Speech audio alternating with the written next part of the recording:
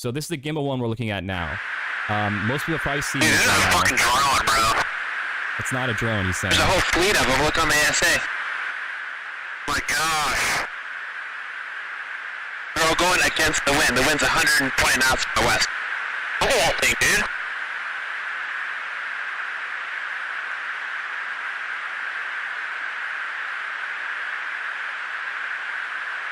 That's not our LNS though, is it? It's not. That is the LNS, dude. Well, if there's like... Look at this thing! So they're saying this is definitely not a drone. This is definitely, they're saying this is definitely not one of ours, meaning one of our aircraft or any of our stuff. And like we said earlier, if this was some sort of covert black operations going on that these guys happen to catch, which Underwood has said, and I'll show the clip, he has seen that before, they will take the footage, they will put it in classified, they will make you sign an NDA, and they will tell you, you know, we don't need to remind you, you don't talk about this for national security reasons. That never happened with this footage or any other two footage. It was never taken and handled in that matter. So it's this, you know, it's a big point to say, like, this is not, and Mellon says that, this is not our stuff that we're accidentally seeing. It's rotating. Obviously, it's rotating, it's going against the wind, it's doing all these things that are really difficult for these pilots to explain, who do this for a living, who are world-class at spotting these objects, who are, you know, these guys are elite pilots. You know, some of the people who capture this are some of the best within their branches. So, yeah, go ahead and let me see your thoughts on that, and then we can jump to the next one if you want.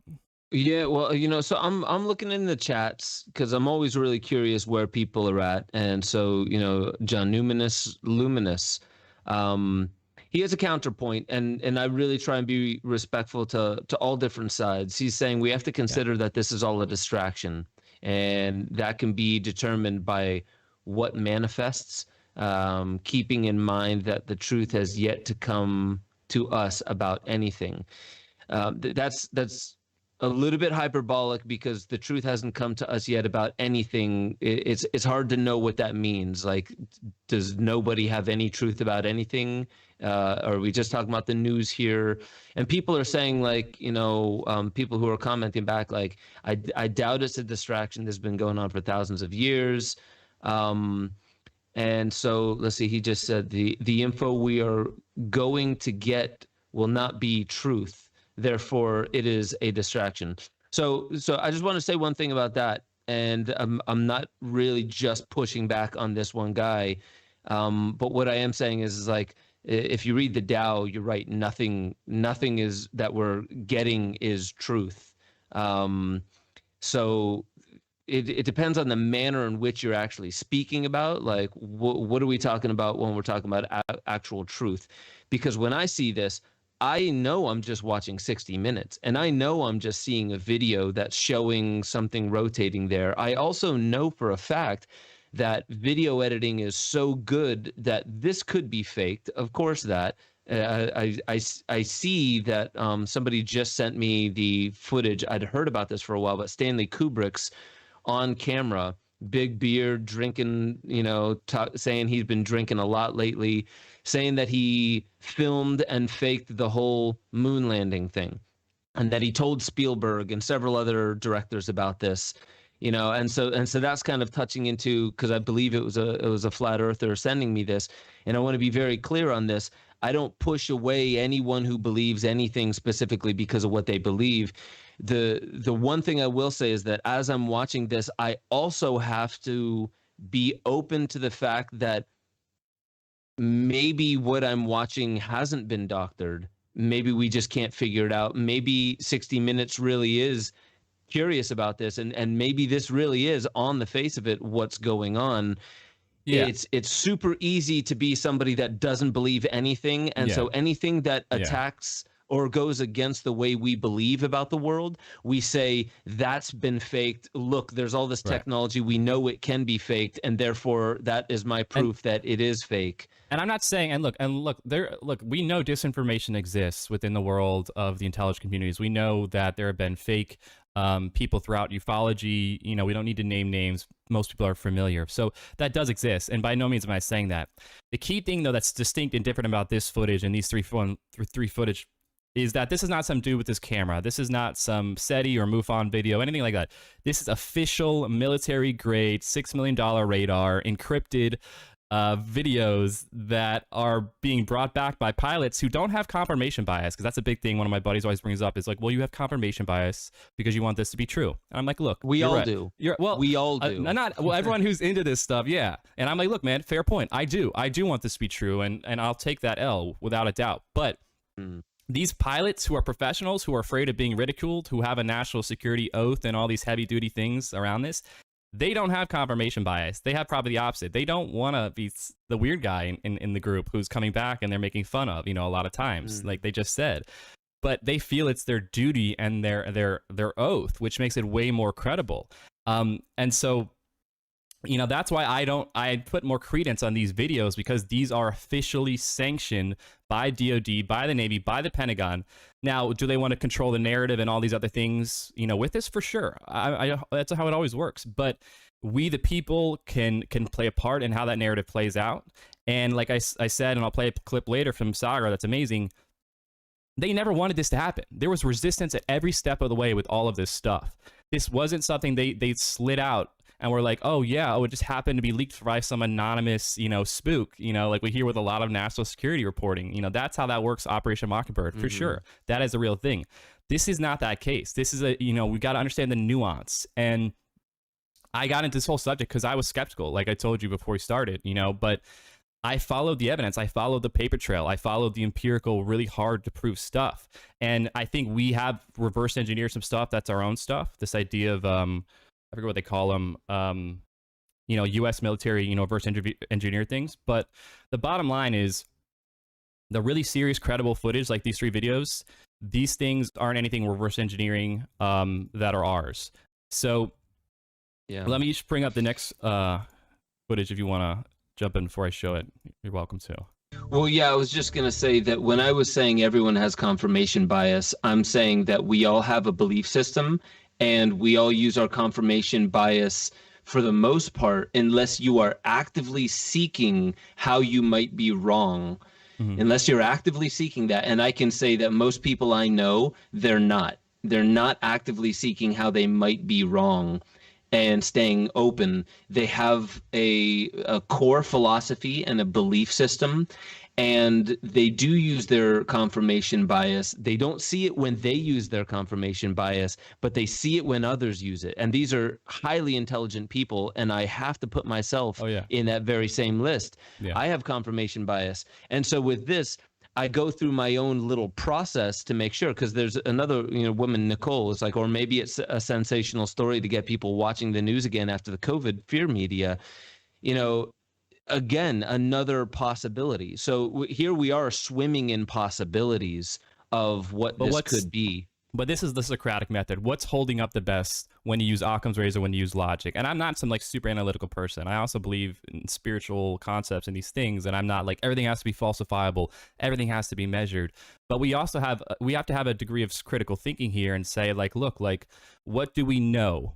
And what is the best deduction we can take from what we know, and what has the most probability of being true? Those are all possibilities, but what has the highest probability of actually being the closest thing to, the real objective truth? Yeah, and let's watch the video and just keep in mind that, like, everything we're seeing, we're just seeing it. And what Gordo and I are doing is we're showing you what 60 Minutes is showing the world. I have some questions too. Why now? What ulterior motives and what other stories what other motives could there be behind this? Right. But at the base of it, I also have to caution against, there's one other thing before you play the video. I have to caution against what most people do with their confirmation bias, and that's poke holes in things that they feel are about to present a case that might be different than like what they've believed in the past. It's natural. So we're just looking. That's the thing. We're just looking at this. And this is completely natural. Like, cognitive dissonance, psychology, this is a natural human instinct. Whatever you believe, no matter what it is, whenever you have some sort of contradiction, especially the more core it is to your fundamental beliefs, the more it's going to cause cognitive dissonance, whether it's true or not. We just have a natural part, and this is part of like what psychedelics and spiritual teachings really try to push, and nobody's perfect, but it's like getting rid of the ego, dissolving that defense mechanism is sort of the ideal thing, to where even if somebody says something that really contradicts what you're saying, you have very little like emotional reaction. You go, interesting, you know, I hear you, but I don't necessarily agree. But this is a very sensitive subject, and, you know, more sensitive than others for certain people, because it, like I said, once we start taking the next step of this is real, and these are not, you know, just humans or China or Russia tech, it starts challenging and pressuring people to really take a hard look at certain beliefs that we have just assumed to be true, you know, and some of them might be validated. We might have to rethink or adapt and integrate to think about it slightly different. But, you know, I'm all about, like, you know, whether you like it or not, like, times are changing, things are changing. I'd rather ride the wave than get crushed by it, because, you know, adaptability is so important, and times when things are happening so quickly at an exponential rate, you have to have the ability to be malleable and adapt, or else it'll be really rough. You'll have a lot of resistance. It'll be a tough period, you know, and I don't want that for anyone. I don't think, you know, any of us do. So I'll play this next clip if you're ready for it. So this is the go fast video. So this one, the radar pilot, he catches the object while it's going extremely fast right above the ocean. You'll see here, he gets really excited when he catches it.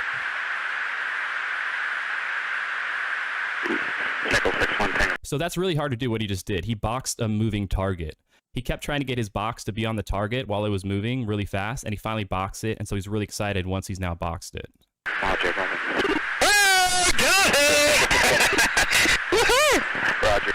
there's troubleshooting. Did you box moving target? No, I took an auto track. Oh, okay. Oh, sorry, he did an auto track. Oh my gosh, dude. Wow, look at that fly. All right, so that's the go fast video. Not as exciting and sexy as the other ones, but it is a legitimate, real, official, major one that's released. That same story. They don't have a good explanation, a lot of things like that. And then I'll just play this last one, so we'll just knock them all out. This last one is the FLIR video. And this is the one we're going to hear next up from the actual radar pilot who tracked this. And he'll kind of break down some of the key things about why this was a unique sighting. So he's switching between different modes here.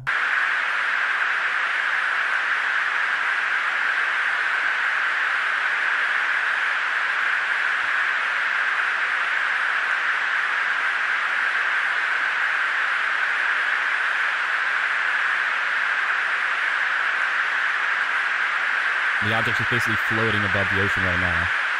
It's kind of hovering. And he switches back to infrared mode. And then what it does next, nothing man-made should be able to do this, he says. It breaks the laws of physics. You'll see it's going to instantaneously accelerate.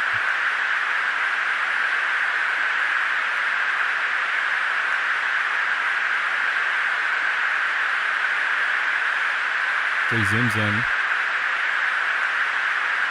and then the object just instantaneously accelerates. So, and then the pilot who was taking that video has a great interview with Jeremy Corbell going through all the physics of how that's impossible. But yeah, what are your thoughts on that before we jump into any of that? Well, I mean, like, so the way you break it down, I appreciate, because not everyone would really understand much of what they're looking at or the nuances of it, and the nuances are super important here. The last one that accelerates like that, yeah, I don't know of anything that could that can move like that. That's not saying that I know everything out there that exists. I do remember seeing a video of they call it a drone, but really it's like a jet engine with a camera attached to it, and it can go supersonic. So it's a drone that can go supersonic. It doesn't look like one of the drones that people normally fly. So when I was looking at that thing that was moving super fast, and the guy locked target on that, I don't know. I mean, like, could that be some kind of like drone that's I don't know what clip that was actually moving at. Here's the thing. Let's do this. If it is, let's do the sort of falsifiable. If it is a drone or a spy plane, you would see fumes and exhaust. You would see some sort of there's all these things that I'm not doing per job, but you see all these indicators that these pilots and radar specialists are trained. This is their whole living, is to spot those things. None of those things are there, you know, and it's going at rates of speed. They're saying some on the footage of upwards of 15,000 miles per hour, where the gravitational forces of that would rip a plane's wings apart, and it would rip a human being's body apart. So these objects have some ability to shield themselves from gravitational forces. It allows them to do right-hand turns. It allows them to go extremely fast. It allows them to go underwater. Certain footage, and new footage was just released showing an object actually going to be able to be submerged underwater. So, you know, this is breaking laws of thermodynamics. You know, this is really challenging a lot of mainstream Newtonian physics. It doesn't mean it's completely wrong. It just means we maybe have to adjust when you have this crazy anomalous effect that these basically engines are able to do. Based on like Lazar and other people's work, is these engines actually create this type of anti-gravitic effect, essentially. Was any of that infrared? Yeah. Okay, so you would have probably seen the exhaust. Yeah, you'd see the in white the infrared very well. Oh yeah, because exactly. that it's heat sensing. Yeah. Okay. You'd see all those things, and you know, whether it's a drone or anything else, you know, there's always some indicator, and so and let's kind of ties into, let's play this little clip from Chad's, you know, debunking that whole thing, because this is a common thing, and it's you know, logical, you know, it should be addressed. My name is Chad Underwood. My call sign is Nuts. I was on USS Nimitz in November of 2004. I was with the Black Aces of BFA 41 serving under Dave Sex Fravor. I filmed the Tic Tac FLIR video. We're talking peacetime operations off the coast of San Diego. We're not talking in the Black Sea against Russia or the Baltics or anything like that. Dave's just landed from his flight. He's taking his gear off. I'm putting my gear on. He's like, hey, man, we saw something out there, and I want you to go and investigate it. Put your tapes on. Dave did not have a FLIR pod on his aircraft, and he knew that I did. We were going to go operate in the same piece of sky that they just came from. So go launch on the mission, go out to do some intercepts, hone our skills. And then when we got up there, you kind of do your checks, making sure that all your squawks are all accurate, and you're going to report to this cap location, and this is where you're going to conduct your portion of the exercise. And that's when we got a vector from the Princeton saying, hey, investigate target on this bearing and range. Lo and behold, you get a blip on the radar. Once I got the FLIR lock, that's not an aircraft. The debunkers, one of the things they're saying is that the Tic Tac, it's just... So just to remind people, the FLIR lock, this is the video he's referring to. Once he gets the lock here on this one. So this specific video is what he's referring to. So once he gets the lock here on this craft, he'll say he goes through all these different modes, because what he's doing is he's trying to give the most amount of evidence to bring back to his superiors to say, hey man, I don't know what this is, but you know, you can't get mad at me that I didn't go into all these different modes, infrared and all these different like zooms, because I did, and I wanted to give them as much evidence, forensic evidence, for them to then use to make an informed decision. Just another plane. Aircraft have very, very specific infrared signatures that show up on your FLIR pod. You cannot mistake it. Whether it's a 737, another F-18, or an enemy aircraft, there are key features that on that infrared pod that identify it as an aircraft. At this point, I'm ruling out what I know it's not. I'm looking at it with essentially a $6 million camera, an infrared camera. This is not conventional aircraft of a U.S. military. It's not a civilian airliner. It's certainly not a bird. It's not a helicopter. I've pretty much seen anything that's either on the surface or in the air. I've seen enough to know what things are and what things aren't.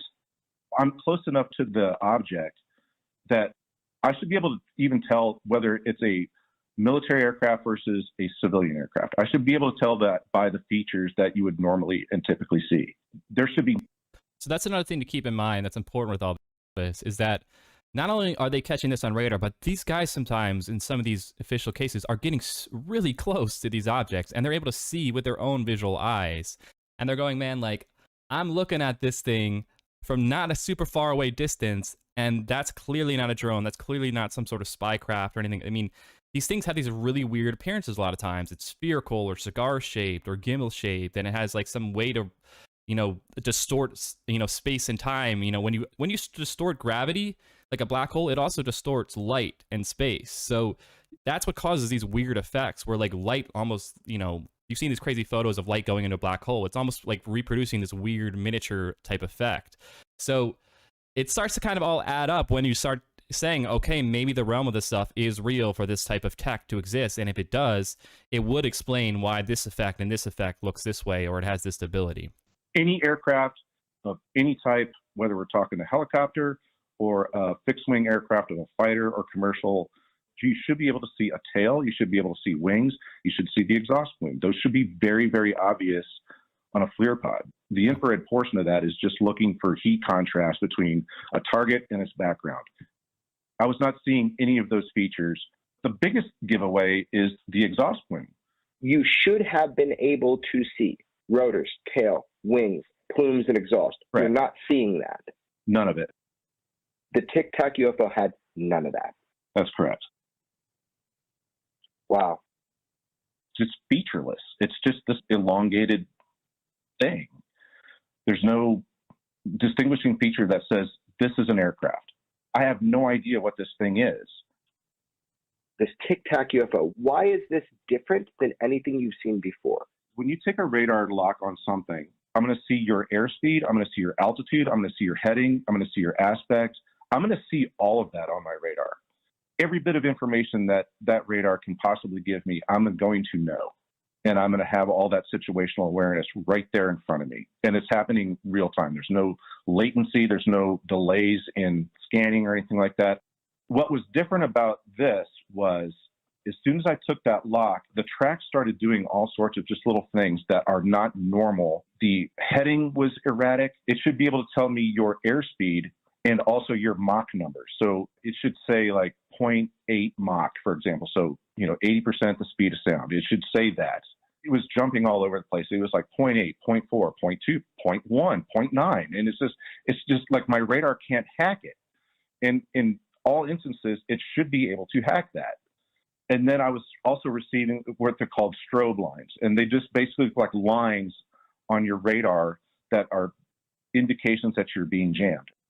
So that tic-tac jamming us would be considered an act of war. It's not that I'm going to go shoot down an aircraft because it's jamming me, but I'm going to report back to my boss that it's jamming me, and I've got proof of it, and that'll make its way to the Pentagon. It has consequences. It was offensively jamming us just outside international waters in peacetime operations. It's an act of war, and we're going to go out there and make you pay for that. So as you can see, these guys, they take this really seriously. This is really, really concerning for people whose whole role in society is defending national security and dealing with hostile threats. And I'm an optimist with this subject, but I'm not naive either. I think we live in a big universe, and I'm on the opinion that there's good elements, bad elements, and sort of neutral elements, similar to planet Earth. And those bad elements, that is concerning if there is some sort of malevolent agenda possibly at play. That stuff gets more speculative, but bottom line is like this is so far beyond what we have. It puts to shame anything we would have trying to possibly defend against it. So thankfully, no overt sort of outright, obviously, invasion hasn't happened, but it is this weird situation where we're in, where like we know they're way more advanced with the capabilities they're showing, but it's this weird cat and mouse game. You see certain different crafts and certain different agendas from experiencers. So it gets very tricky and nuanced trying to keep track of all the elements and what's going on really. Make sure y'all head over to benjosephstewart.com, become a member. You'll have access to the growing library of deeper dives where I talk about all the stuff that I really can't talk about on YouTube. Make sure you get involved in the Discord chat. That's where a lot of the conversation is happening, talking about new theories, being able to interweave into the greater conversation that is how we awaken infinity. That's our highest potential. And I just want to remind you, you are the most powerful technology ever known to creation. Wield it like an artist with a conscience.